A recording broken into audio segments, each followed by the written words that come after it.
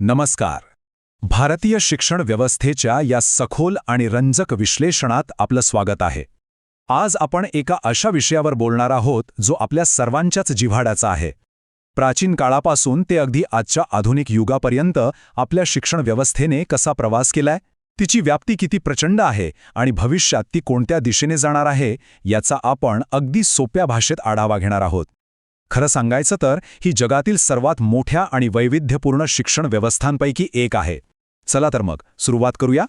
आजच्या या प्रवासात आपण नेमक्या कोणत्या गोष्टी पाहणार आहोत, तर सर्वात आधी आपण शिक्षणाचा ऐतिहासिक प्रवास बघू, त्यानंतर शालेय शिक्षणाचे वेगवेगळे टप्पे, जीव घेण्या वाटणाऱ्या स्पर्धा परीक्षा आणि उच्च शिक्षण, नवीन शैक्षणिक धोरण म्हणजेच NEP 2020 आणि सध्याची डिजिटल शिक्षण क्रांती यावर नजर टाकू.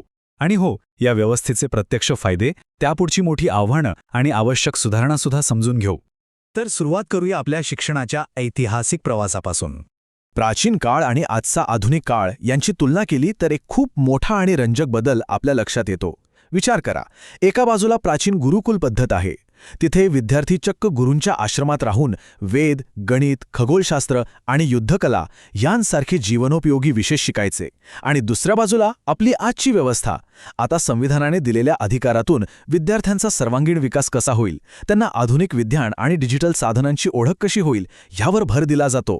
हा प्रवास खरोखरच थक्क करणारा आहे, नाही का? आता थोडं आजच्या व्यवस्थेकडे वळूया आणि विद्यार्थ्यांचा शालेय प्रवास नेमका कसा असतो ते टप्प्याटप्प्याने समजून घेऊया. कोणत्याही इमारतीचा पाया जसा भक्कम असावा लागतो, तसंच शिक्षणाची सुरुवातीची वर्ष अत्यंत महत्त्वाची असतात. अगदी सुरुवातीला म्हणजे 3 ते 6 वयोगटातील पूर्व प्राथमिक टप्प्यात मुलांचा खेळाच्या माध्यमातून मानसिक आणि सामाजिक विकास करण्याकडे लक्ष दिलं जातं. मग येतो प्राथमिक टप्पा. इथे मातृभाषेतून भाषा आणि गणिताचा पाया रचला जातो. मातृभाषेमुळे साहजिकच मुलांना गोष्टी लवकर आणि सोप्या पद्धतीनं समजतात. आणि त्यानंतर उच्च प्राथमिक स्तरावर म्हणजेच इयत्ता 6वी ते 8वी मध्ये विद्यार्थ्यांमध्ये तार्किक विचार कसा निर्माण होईल आणि त्यांना विज्ञानाची तसेच कम्प्युटरची ओळख कशी होईल यावर भर दिला जातो. हा प्रवास इथून पुढे आणखी गंभीर होतो. माध्यमिक स्तरावर म्हणजे 9वी आणि 10वी मध्ये येईपर्यंत अभ्यासाचा ताण आणि गांभीर्य दोन्ही वाढतं. बोर्ड परीक्षा आणि करिअर मार्गदर्शन या काळात विद्यार्थ्यांची दिशा ठरवतात. त्यानंतर उच्च माध्यमिक स्तरावर म्हणजेच 11वी आणि 12वी मध्ये विद्यार्थी विज्ञान, वाणिज्य किंवा कला यांसारख्या विशिष्ट शाखा निवडतात. आणि इथूनच मग पदवी, पदव्युत्तर शिक्षण आणि अगदी PhD सारख्या उच्च शिक्षणाचे आणि संशोधनाचे मार्ग खुले होतात. पण हे उच्च शिक्षण मिळवणं इतकं सोपं नक्कीच नाहीये. यासाठी एका मोठ्या अडथळ्याची शर्यत पार करावी लागते, ती म्हणजे स्पर्धा परीक्षा. आपली विशिष्ट स्वप्न पूर्ण करण्यासाठी विद्यार्थ्यांना अनेक अतिशय कठीण प्रवेश परीक्षांच्या चक्रव्यूहातून जावं लागतं. उदाहरणार्थ, इंजिनिअरिंग करायचं असेल तर JEE, मेडिकलला जायचं असेल तर NEET आणि प्रशासकीय सेवेत अधिकारी बनण्याचं स्वप्न असेल तर UPSC किंवा MPSC. एवढंच नाही तर प्राध्यापक होण्यासाठी NET, SET आणि उच्च अभियांत्रिकी शिक्षणासाठी GATE सारख्या आव्हानात्मक परीक्षा विद्यार्थ्यांची खरी कसोटी पाहतात. आता इतक्या कठीण परीक्षा उत्तीर्ण झाल्यानंतर मिळणारी बक्षिसीसुद्धा तितकेच मोठी असते. ती म्हणजे भारतातील प्रतिष्ठित आणि उच्च दर्जाच्या संस्थांमधील प्रवेश. IIT, IIM आणि एम्स यांसारख्या संस्था फक्त भारतातच नाही तर जगभरात नावाजलेल्या आहेत. इथे विद्यार्थ्यांना अभियांत्रिकी, वैद्यकीय, व्यवस्थापन आणि कायदा यांसारख्या क्षेत्रात जागतिक दर्जाचे शिक्षण आणि संशोधनाच्या उत्तम संधी मिळतात. हे सगळं ठीक असलं तरी काळाच्या ओघात शिक्षण व्यवस्थेत बदल होणं अत्यंत गरजेचं होतं. आणि म्हणूनच 2020 मध्ये एक अतिशय महत्त्वाकांक्षी नवीन शैक्षणिक धोरण आणलं गेलं. या नवीन धोरणाने आपला तो पारंपरिक 10+2चा साचा पूर्णपणे मोडून काढलाय. त्याऐवजी 5+3+3+4 हे पूर्णपणे नवीन आणि वैज्ञानिक मॉडेल समोर आणलंय. हे खूपच रंजक आहे, कारण यात विद्यार्थ्यांच्या बौद्धिक विकासाच्या टप्प्यांनुसार पायाभूत स्तरापासून ते थेट माध्यमिक स्तरापर्यंत वयोगटानुसार अतिशय सुबक अशी विभागणी केली गेली आहे. आणि फक्त रचनाच बदलली नाहीये बरं का, या धोरणाची वैशिष्ट्य खऱ्या अर्थाने विद्यार्थी केंद्रित आहेत.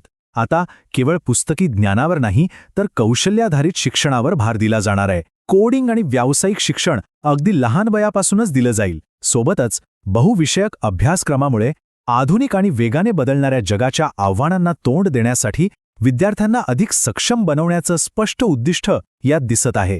जेव्हा आपण आधुनिक जगाबद्दल बोलतो तेव्हा आपण सध्या सुरू असलेल्या आणखी एका क्रांतीकडे दुर्लक्ष करू शकत नाही, ती म्हणजे डिजिटल शिक्षण. बघा ना, आज ऑनलाईन क्लासेस, स्मार्ट क्लासरूम्स आणि एज्युकेशनल ॲप्स हे केवळ काही पर्याय उरलेले नाहीत, तर ते शिक्षणाचं मुख्य माध्यमच बनत चालले आहेत.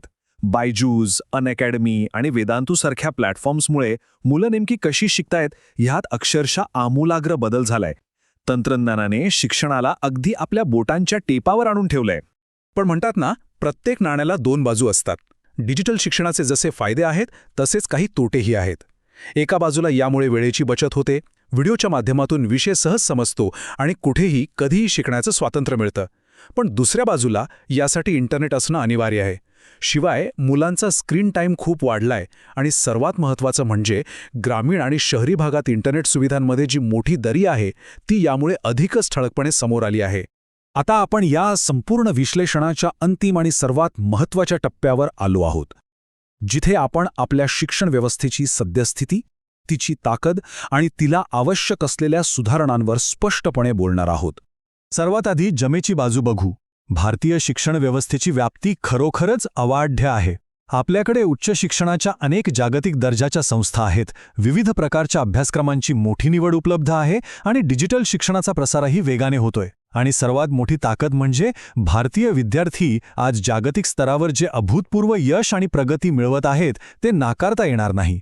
पण हे सगळं कौतुकास्पद असलं तरी आपण काही गंभीर आव्हानांकडे डोळेझाक करू शकत नाही. आजही आपल्याकडे समजून घेण्यापेक्षा पाठांतरावर प्रचंड भर दिला जातो.